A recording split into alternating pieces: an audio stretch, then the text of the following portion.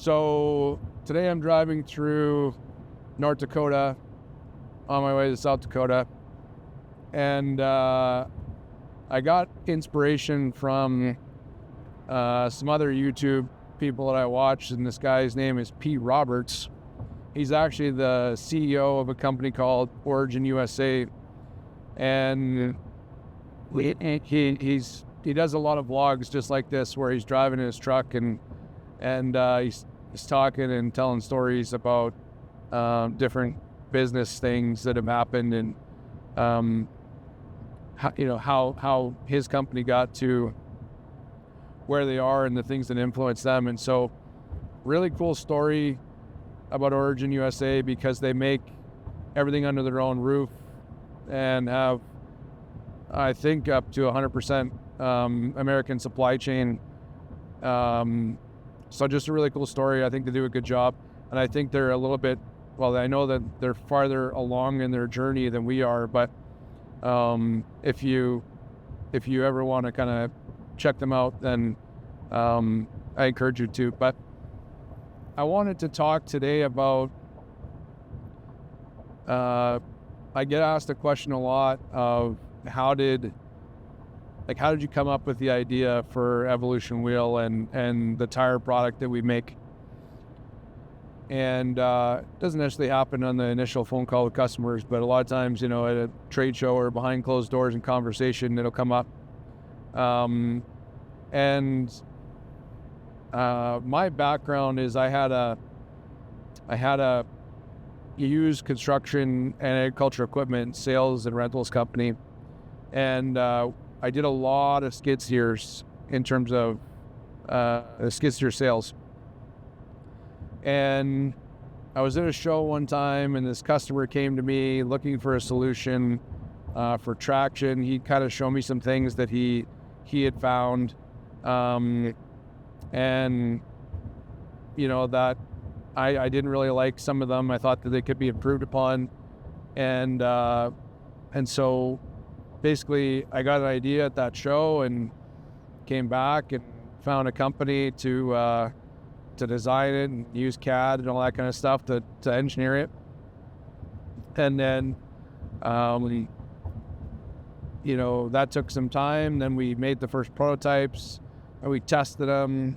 And that was actually an all steel wheel, and that failed.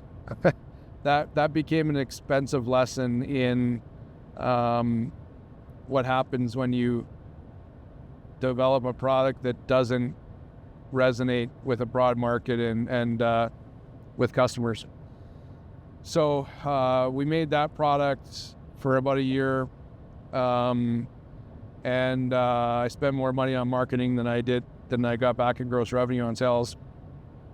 Never mind net revenue. But while we were doing that, I was trying to solve for ride quality issues on that product.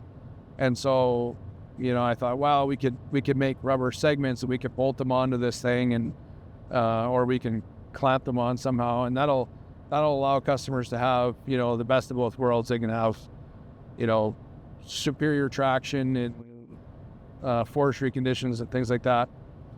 Yeah, but then they can also have good ride quality when they need it, and they could put these rubber pieces on. And so as we were going through the process of kind of like designing and developing these rubber pieces, the idea came along of, well, why don't we make a segmented solid tire? Because, there's one piece solid tires out there on the market, and, but they get damaged and then you got to throw the whole tire out. So like, why not just make one that you can repair if you need to, and then when the tire's completely worn out, you can sell that customer new rubber, and they can do it themselves. So that was our the 12-inch all-terrain was the first one that we did. And honestly, the idea hit me to do that as I was walking through Home Depot. I was working on finishing my basement at the time, and just kind of like working and thinking and in that sort of mindset of development and engineering and creativity. And so, yeah, it hit me that, hey, we could do this. We could make a segmented solid tire and it would solve an issue. And so that was really where it came from. You know, it was my experience of the construction and agriculture equipment market and seeing a gap where traction was an issue and tire quality was an issue. It's hard to get good tires. It's hard to get a tire that doesn't go flat. It's hard to get a tire that has enough traction, and just the full usable horsepower of a machine is never usually utilized because the tire never has enough traction. And so when we designed that 12-inch AT, it was like, let's give it big lugs, let's give it lots of material cleanout, lots of traction. And personally, it's been a while since I've driven one, but personally, I have never gotten stuck with those tires on a machine, and trust me, I tried. Whatever got me in, got me out. And so, that tire just offered traction, and that's kind of where it all started. Then from there, had to figure out how to sell it, how to market it, how to sell it, how to build a business, like who's going to make this for me? Who's going to, you name it, all the things you have to figure out when you're an inventor, I guess, at that time. And that would be my message to other inventors is good ideas are plenty. I've seen lots of good ideas that just don't get off the ground because people don't know how to market them, and they can't figure it out in terms of like messaging and sales and marketing, and that's usually where things kind of fall through the cracks, because you have to be able to make the product, and then you have to be able to sell the product and sell enough of it so that you don't go broke in the process of trying to sell it. So fortunate that I already had that experience with sales and marketing from my past business, and that helped us get off the ground because I understood the market, the customer, the need. But the challenge was selling it, and I really had to be the one to sell it, especially in the beginning. So yeah, that's where things started, and they didn't start I wasn't born rich. I wasn't born with a silver spoon in my mouth. The tire company literally started pretty much out of my garage. The first prototypes were assembled in my garage. The first tire orders that got shipped to customers got put together in my garage. The first product videos that, we made for the company that are still on the website today, they got shot in my garage on a white background. And literally everything has been bootstrapped from day one to get the company to the size it is today. And I remember it was wintertime, and my garage at the time wasn't insulated.